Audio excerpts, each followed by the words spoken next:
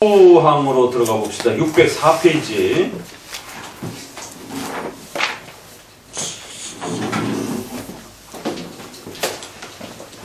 자, 20장, 4권 20장 부항입니다.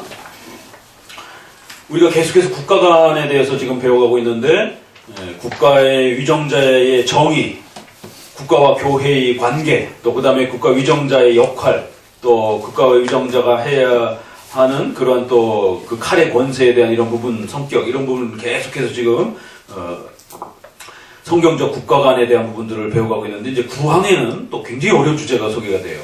율법의 두 돌판에 대한 고려. 그러니까 이 얘기는 국가 위정자의 역할에 대한 이야기인데, 과연 국가 위정자의 역할이 5계명부터 10계명의 윤리에 대한, 사회 윤리에 대한 의무만 짊어지고 있는 것인지, 아니면 1계명부터 4계명에 해당이 되는 통상적으로 첫 번째 돌판이라고 하는 종교적인 그런 의무까지 있는 것인지, 이게 이제 해석하기에 따라 굉장히 어렵습니다. 그래서 장로교 안에도 국가 위정자의 의무가 이단을 막고 우상 숭배자들을 척결해야 된다라고 하는 이런 적극적인 종교적 의무를 국가 위정자가 가지고 있다라고 해석하는 이런 입장이 있고, 그거는 좀 자칫 잘못하면 국가 위정자가 너무 강한 힘을 갖는 거 아닌가. 그래서 국가 위정자는 그냥 교회가 싸우지 않고 어느 교회가 어느 교회를 막 침략하고 막 이렇게 파괴하거나 이런 것만 막아주는, 교회가 이렇게 건강하게 예배드릴 수 있는 그 정도 보호선에서 머물러야 되지 않겠는가. 이제 이런 고민을 하면서 어디까지 국가 위정자의 의무를 확대해야 될 것인가에 대한 많은 논의가 있었고, 그럴 때에 이제 웨스민스터 안에서도 오늘 주보에 여러분에게 소개한 것처럼 웨스민스터 초판에는 이단을 막아야 되고 우상 숭배를 척결해야 된다라고 하는 이 두 문장, 우상 숭배 척결과 이단을 막아야 된다라고 하는 적극적인 내용이 들어갑니다. 그리고 또 하나는, 그러니까 이러한 부분들을 협조하기 위해서 국가 위정자가 총회를 소집할 수 있다라고 하는 이 두 내용이 웨스민스터 초판, 1647년 초판에 들어갑니다. 그래서 웨스민스터는 아주 적극적으로 국가 위정자의 역할과 의무를 종교적인 의무, 첫 번째 돌판에까지 확장을 합니다. 이게 웨스민스터의 입장이에요. 그러니까 이걸 틀렸다 말았다 하면 안 됩니다. 이건 원래 입장이기 때문에 이게 성경적인 겁니다. 그걸 성경적으로 모두가 다 인정하고 수용한 거예요. 스코틀랜드에서 총에서도 다 받아들인 겁니다. 근데 이걸 와가지고 오늘날 교회가 이거 과격하다, 이거 버려야 된다 이러면 안 되는 거예요. 다만 이게 국가와 교회가 적극적으로 협력할 수 있는 그런, 기독교가 많이 부흥된 그런 서구 유럽처럼 그런 나라면 조금 더 적극적으로 적용될 수가 있는데, 타종교가 훨씬 더 많은 다종교 사회의 국가 속에서는 이 부분을 적용하기가 매우 어려운 겁니다. 왜냐하면 웨스민스터는 당연히 기독교가 확장되어 있는 나라에서 만들어진 거기 때문에 거기까지 보아갖고 얼마든지 거기까지 할 수 있다라고 고백한 거예요. 그렇지만 그렇지 못한 나라에서는 이걸 적용하기가 상당히 어려운 겁니다. 그래서 교리가 틀렸기 때문에 뺀 게 아니고 적용할 수 있는 섭리적 형편이 어려워서 조정을 한 거예요. 그래서 1788년에 미국 장로교회가 이제 영국으로부터 독립하고 나서 다양한 민족들이 미국으로 도망을 와갖고 이제 식민지였다가 이제 새로 나라를 형성을 했는데 13개의 주가 하나의 나라가 됐단 말이에요. 근데 거기는 우리가 생각하는 것처럼 필그림이라든가 이렇게 신앙 때문에 피난 온 사람들 얼마 안 돼요. 나머지 다 돈 벌러 오고 또 이단들도 도망오고 핍박하니까 여러 목적으로 이런 새로운 땅으로 옵니다. 주로 동부 쪽은 신앙 때문에 정착을 하고 서부 쪽에는 주로 돈 벌러 오고 이런 좀 형편이 달라요. 그런데 영국하고 싸우기 위해서 합쳐서 하나의 나라가 된 겁니다. 그러다 보니까 미국도 시작하자마자 다종교 사회로서 출발을 하게 되는 겁니다. 그러니까 어려서부터 기독교적 그런 어떤 분위기 국가에서 살았던 그 시절하고 완전히 다른 시절이 돼버렸잖아요. 그러니까 웨스민스터를 그대로 지키기가 어려운 겁니다. 이 부분만. 국가의 종교적 의무에 대한 이 부분은 적극적으로 웨스트민스터 초판에 있는 그대로 지켜내기가 어려워서 이건 맞는 말이긴 한데 형편상 섭리적인 어떤 시간적 형편상 다종교 사회, 기독교가 조금밖에 없는 그런 사회에서는 적용하기가 매우 어려워. 일반 불신자 왕이 총회를 소집하면 어떤 일이 벌어지겠어요? 우리나라에도 문재인 대통령이 우리 총회를 소집해갖고 뭐 거기서 발언을 하고 이러면 어떤 일이 벌어지겠어요? 심각한 일이 벌어지잖아요. 그래서 이게 문제가 되는구나. 비기독교 국가권에서는 이게 문제가 될 수 있겠구나 라고 해서 신속히 그 부분의 두 내용을 고쳐냅니다. 그래서 교회를 협력하는 것, 이렇게만 이제 도와주는 것, 이렇게 하고 아예 뒷번 총회를 소집할 수 있다 이 문장은 아예 삭제를 시켜버렸어요. 그러니까 우리 합동 측은 1788년 거를 웨스트민스터로 받고 있어요. 합시는 초판 거를 받고 있고, 저희 대신은 88년 거를 받고 있는데 이번에 이제 바꾸면서 초판 거를 기본으로 하고 수정판 것도 소중한 거기 때문에 부록으로서 같이 갖자라고 이제 이번에 총회에다 이제 이렇게 헌의를 해놓은 상태예요. 그래서 한국에도 교단마다 웨스트민스터 그 초판과 1788년 미국판 거를 받아들일 거냐, 영국판 거를 받아들일 거냐가 이렇게 차이가 있습니다. 둘 중에 하나를 틀린 거다 이렇게 해석하면 안 돼요. 둘 다 국가 간에서 맞아요. 근데 이거를 둘 중에 하나만 맞다라고 주장하는 이제 칼빈주의자들이 있습니다. 그래서 복고적인 거를 하이퍼 칼비니즘 쪽에서는 초판을 더 강조를 하게 되고 이제 또 이런 일이 벌어지는 것이 그렇게 되면 안 되고 둘 다 맞는 내용인데 이거를 국가가는 불신자 국가가 더 많은 다종교 사회가 있을 수 있고 기독교 사회가 훨씬 더 많아진 형태로 또 국가가 구성될 수도 있는 국가의 다양성 때문에 그렇습니다. 그래서 초판의 적극적인 종교적 의무를 표출한 초판도 소중한 거고 그래서 칼빈도 적극적으로 종교적 의무를 표출해낼 수 있다라고 기독교 강요에 결론을 내린 겁니다. 그래서 칼빈은 국가위정자가 우상숭배자와 이단을 강력하게 척결해야 된다라고 첫 번째.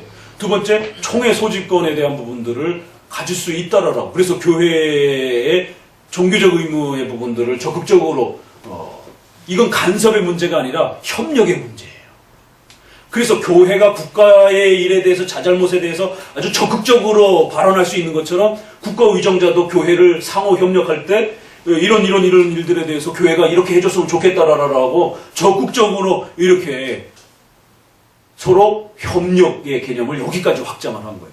그래서 더 나아가서는 이렇게 이단에 대한 척결의 문제까지 국가도 의견을 제시하고 교회도 의견을 제시를 해서 교회는 교리적으로 이단을 확정을 하고 그렇게 되면 국가는 칼의 권세를 가지고 그 이단을 어떻게 쫓아낼 것인가 그 지역에서 어떻게 없앨 것인가에 대해서 또 결의하도록 이렇게 상호 협조가 여기 종교적 의무까지 칼빈도 제시해 준 겁니다.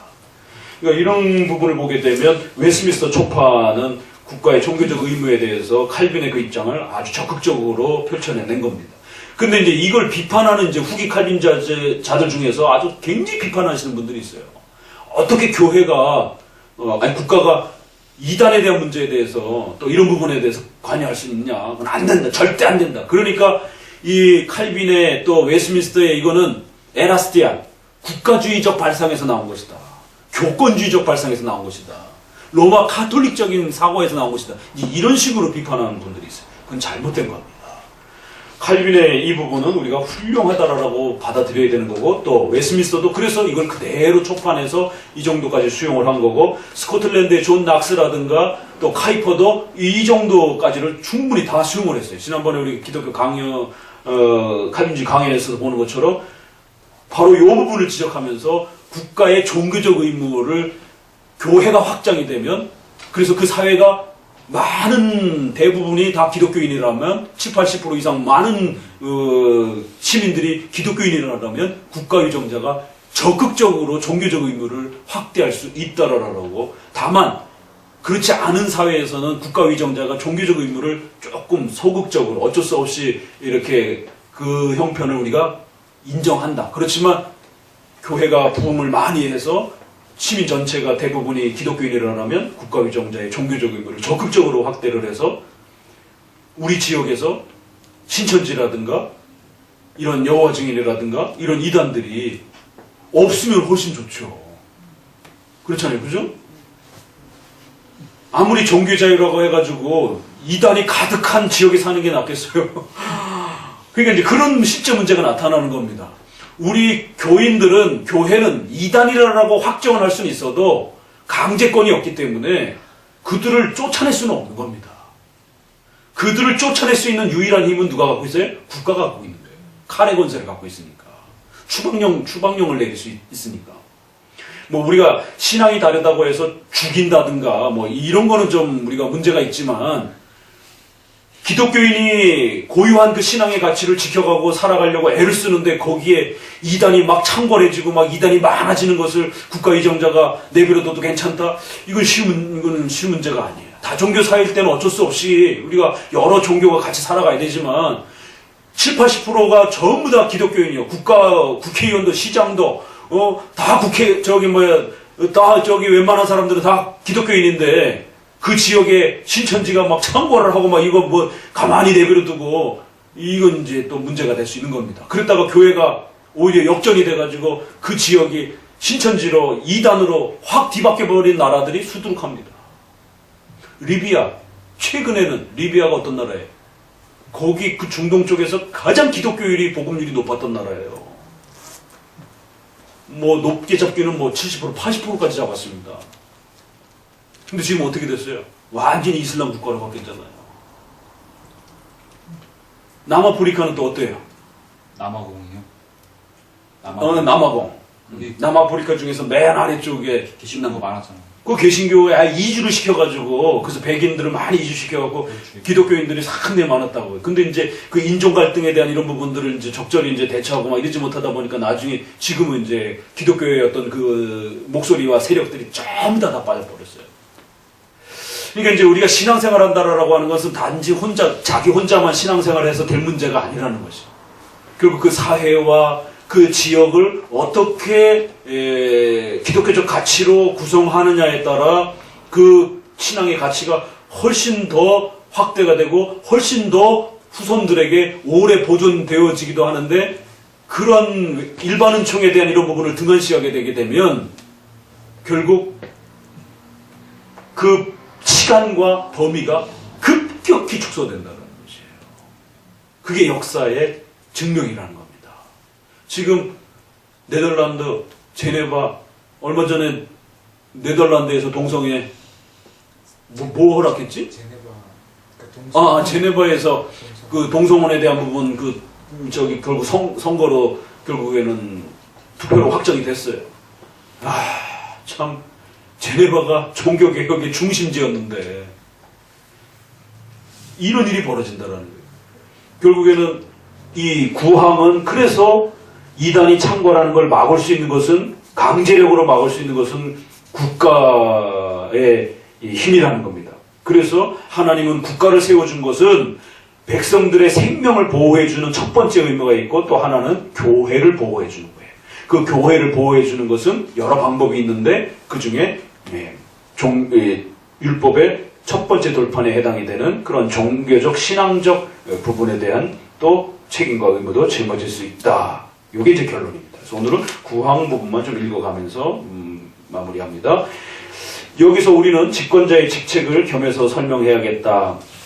하나님의 말씀에서는 그 직책을 어떻게 묘사했으며 또 그것은 어떤 일을 하는가를 설명하겠다. 그 직책이 율법의 두 돌판에까지 미친다는 것을 성경이 가르치지 않았다고 하더라도 우리는 세속학자들의 글에서 배울 수 있을 것이다. 그러니까 이제 여러 해석들이 있을 수 있다라는 것이죠. 그럴 때 이제 일반 쪽에서도 국가가 과연 어디까지 관여해야 되는 것인가, 이런 고민도 있을 수 있고, 또 우리 기독교 안에서도 고민할 수 있다라는 거죠. 내려오시게 되면 두세 줄 아래요. 경건을 제1의 관심사로 삼지 않으면 원만하게 정부를 수립할 수 없으며 하나님의 권리를 무시하고 사람의 일만을 돌보는 법률은 본말을 전도한 것임을 모든 학자가 인정했다. 그러니까 국가가 교회를 등한시하고 신앙의 문제를 등한시하게 되면 국가를 제대로 운영할 수 없게 된다는 거예요. 윤리적인 문제만 신경 써갖고는 국가가 하나님의 은혜를 받고 건강하게 자라가는데 심각한 문제가 발생이 될 수 있다는 겁니다. 근본적인 것은 윤리적인 문제를 먼저 하지만 그럼에도 또 국가는 반드시 이 신앙에 대한 부분, 교회를 보호하는 방식에 있어서 경건의 이 부분들을 고민해야 된다는 거예요. 그래서 이건 일반 철학자들도 이야기를 했고 기독교 역사 안에서 끊임없이 말해왔던 부분이라는 겁니다. 쭉 내려오셔서 그 달러 밑에서 넷째 줄부터 같이 읽어봅니다. 우리는 이미 이런 우를 하나님께서 그들에게 명령하시고 밝혔다. 그런 마땅히 자기가 대표하는 하나님과 또 그들에게 은을 주셔서 주권을 가지게 하신 하나님의 영광을 보호하며 찬양하는데 바로 하나님이 국가에다가 칼의 권세를 주신 것은 바로 이런 목적 때문이다 라고 하면서 하나님께 대한 경배가 부패하거나 소멸되었을 때 그것을 재건하거나 종교를 보호하여 순수하고 흠없는 종교가 융성하도록 그렇게 거룩한 왕들을 성경에서 많이 칭찬한다라는 것이. 그러나 반대로 성경은 무정부 상태를 악으로 엄중하게 책망한다라는 겁니다. 그래서 성경에서는 구약의 다양한 예들이 그렇게 교회를 보호하고 이단을 막고 이런 일들을 했던 왕들에 대해서 얼마나 큰 칭찬을 하는지 보라는 것이. 자, 저쪽으로 넘어와서 둘째 판에 관련해서 둘째 판은 윤리적인 문제죠. 5계명부터 시작하는 예레미야는 왕에게 공평과 정의를 행하며 과부와 고아를 돌아봐 주라. 이런 공평에 대한 문제가 분명히 국가 위정자의 의무로서 또 윤리적인 의무 부분을 성경은 소개합니다. 신명기 1장에도 재판은 하나님께서 한 것인즉 그래서 위정자는 비록 재판할지라도 그 재판의 일 속에는 하나님이 함께하고 계신다는 거예요. 그래서 국가 위정자의 이러한 통치 행위에는 하나님이 간접적으로 그들을 통해서 일하신다는 겁니다. 그래서 사법적 정의를 통해서 악이 창궐하지 못하도록 하나님이 막으시고 또 선한 자들을 보호하고 이런 게 다 위정자들의 의무인데 이게 하나님이 하시는 일이라는 것이에요. 그래서 위정자들의 이런 부분들을 함부로 조롱하거나 무시하거나 이러면 큰일 나는 겁니다. 우리 성도들은. 정책의 비판을 책망하는 것과 조롱하는 것을 잘 구별해야 돼요. 쭉 내려오셔서 집권자들은 무엇을 하며 어떤 목적으로 하나님께서 그들을 임명하셨는가를 알리려는 것이다. 집권자들은 공중의 무죄와 공공의 그 무죄와 겸손과 예절과 평온의 보호자와 옹호자며로 임명되었으며 사회 전체의 안전과 평화를 확보하도록 노력해야 한다는 것을 우리는 알 수 있다. 그래서 분명히 이 사회 질서, 사유재산과 생명을 지켜야 되는 이런 국가의 이 판에 대한 10계명의 둘째 판에 대한 책임과 의무가 있어요. 그런데 놀라운 것은 첫 번째 돌판에 대한 고려도 반드시 있어야 된다는 거예요. 이거를 그냥 무시하고 둘째 판만 강조하면 안 된다는 것입니다. 자, 넘기셔서 606페이지에 그렇기 때문에 바로 이러한 일을 하기 위하여 범죄자를 억제할 수 있도록 무기를 받은 것이라는 겁니다. 국가위정자들은 칼의 권세를 모든 정치 조직은 상벌에 의해서 유지되며 상벌을 제거하면 도시들의 규율은 붕괴되고 소멸된다. 그래서 이렇게 또 마무리를 합니다. 이거를 웨스트민스터에서도 정리를 해줬고 그래서 이거를 어떻게 표현하느냐면 교회 위에 오버 지배해서는 안 된다는 거예요. 오버 처치가 되어서는 안 된다는 거예요. 그러니까 웨스트민스터는 전치사를 가지고 신학을 이야기를 해요. 그래서 오버 처치가 되면 안 되고 인 처치, 위드 처치, 교회와 함께 국가가 걷는 거라는 거예요. 교회 안에서 협력하는 것이다라는 거예요. 교회를 지배하려고 하는 오버의 개념이 되면 안 된다는 거예요. 그래갖고 웨스트민스터 신학자들이 이제 글을 쓸 때에 이제 그런 부분들을 전치사를 가지고 그리고 또 인처치를 잘못 이해하게 되면 교회 안에서 막 그 쥐락펴락하는 형태도 될 수가 있잖아요. 또 막 교회 안에 그냥 막 다 해쳐버리는. 그래서 인처치를 위드처치로 또 이해하라라고 하는. 그러니까 오버로 이야기할 때는 오버냐 인이냐 이렇게 표현이 되기도 하고 또 인을 잘못 이야기할 때는 그건 위드의 개념이다. 교회와 동등하게 서로가 협력하는, 함께하는 방식으로서 이 종교적 의무를 관여하고 돕는 것이지, 교회를 주도한다든가 위에서 또 교회 안에 들어와가지고 막 이래라 저래라 또 이렇게 간섭한다든가 이런 거를 말하는 게 아니다라는 것이. 그래서 국가위정자는 교회 안으로 들어오면 장로도 될 수 있고 집사님도 되는 것이. 그러나 그는 위정자가 아니라 집사님인 거예요. 장로님인 거예요. 또 목사님도 시민으로 넘어가게 되면 일반 시민인 거예요. 목사님이 왕위에 있는 그런 시민이 아니다라는 것이. 그래서 목회자가 교회로 넘어갈 때는 또 국가와 관련해서 오버 거버먼트가 되면 안 되고 위드 거버먼트가 된다. 이제 웨스트민스터의 이 전치사를 가지고 신학을 정립할 때 오버냐 위드냐 이제 이거를 대상에 따라서 아주 중요하게 취급합니다. 그래서 오늘 이 기독교 강요의 구항도 굉장히 무거운 주제고 굉장히 어려운 주제고 이것 때문에 많은 논쟁들이 있었고 그랬을 때 적어도 웨스트민스터 안에서 이 정도로 초판의 그러한 개념과 또 1788년에 우상 숭배와 이단자들에 대한 부분과 총회 소집을 조정한 것 정도로 그 정도는 우리가 수용할 수 있다는 겁니다. 그래서 다종교 사회에서는 이단의 문제라든가 이런 부분들을 국가가 적극적으로 행할 수는 없지만 우리가 전도를 열심히 해서 더 많이 기독교인들이 70, 80% 많아지고 기독교인들의 대다수가 기독교인이 그러면 얼마든지 법적으로 그런 좋은 법들을 이렇게 국가위정자의 권한으로 또 이렇게 책정해서 이단이 창궐하지 못하도록 국가가 이단을 결정하고 분별을 못합니다. 그거를 관여하게 되면 그건 간섭이에요. 그러니까 이 간섭과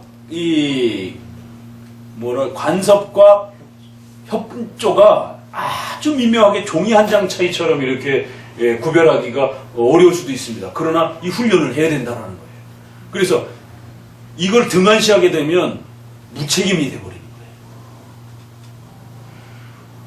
근데 이걸 조금 말을 하면 간섭처럼 보여지고 그래서 교리훈련을 잘 해서 국가가 어디까지 관여해야 되는지 또 교회가 어디까지 국가에 대해서 옳은 소리를 해야 되는지 이 부분을 잘 이렇게 정리를 해야 된다는 겁니다. 그래서 국가가 이단을 분별하거나 자기 입맛에 따라서 넌 이단이야, 너는 정통교회야, 그러니까 넌 예배의 자유를 주겠어 이렇게 하면 안 된다는 겁니다. 그 결정은 교회가 하는 것이에요. 그렇지만 교회는 또 교리적 결정을 하는 자유가 교회에 있는 것이지 그거를 또 이단을 교인들이 청년들 데리고 가가지고 막 부신다든가 내쫓다든가 이러면 또 안 된다는 겁니다. 그건 국가만이 할 수 있는 실정법을 가지고 할 수 있는 문제이기 때문에 자 그래서 오늘은 구항에 대한 부분까지 이렇게 마무리해 기도합니다. 하나님 감사합니다. 오늘 귀한 또 오후 시간들을 통해서 우리 웨스트민스터와 또 기독교 강요의 소중한 가르침들을 배워갑니다. 전염병이 또 이렇게 어려운 시절에 하나님께서 또 교회를 지켜주시고 특별히 우리 성도들을 보호해 주셔서 이 모든 전염병으로부터 또 안전하게 또 우리가 신앙생활할 수 있도록 하나님의 전능하심으로 또 우리 성도들 각 가정들을 지켜주시옵소서. 세상 사람들은 이 작고 연약한 보이지도 않는 이러한 전염병의 두려움에 빠져 그의 삶 전체가 붕괴되기도 하고 또 갈팡질팡하는 이러한 불안함과 공포 속에 빠집니다. 하지만 우리 크리스찬들에게는 전능하신 하나님이 계시기에 그 하나님만을 믿고 의지하오며 우리의 생명이 오직 하나님께 달려있음을 늘 믿고 이러한 또 하나님의 거대한 다스림 앞에 겸손함으로 늘 살아가는 저희들 되게 해 주옵소서. 또 나라와 민족이 처한 이 위태로움과 어려움들을 위해서 함께 눈물을 흘리며 또 우리의 죄를 회개하며 하나님께서 이 땅을 고쳐주시도록 이 민족을 하나님 보호해 주시도록 기도하는 저희들 되게 해 주옵소서. 예수님의 이름으로 기도합니다. 아멘. 하늘에 계신 우리 아버지여 이름이